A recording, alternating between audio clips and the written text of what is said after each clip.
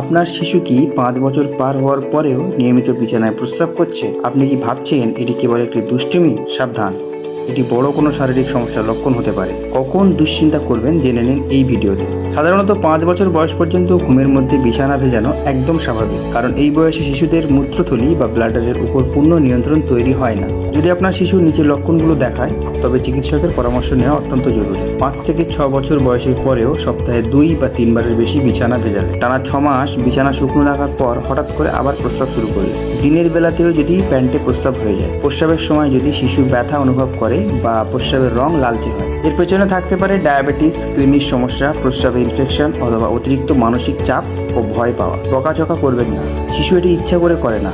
বকা দিলে তার মানসিক চাপ বাড়বে এবং সমস্যা আরও জটিল হবে। বিকেলের পর পানি নিয়ন্ত্রণ, সন্ধ্যার পর শিশুকে বেশি পানি বা তরল খাবার দেবেন না। ঘুমানোর আগে নিয়ম, ঘুমানোর ঠিক আগে শিশুকে একবার প্রস্রাব করিয়ে বিছানায় পাঠান।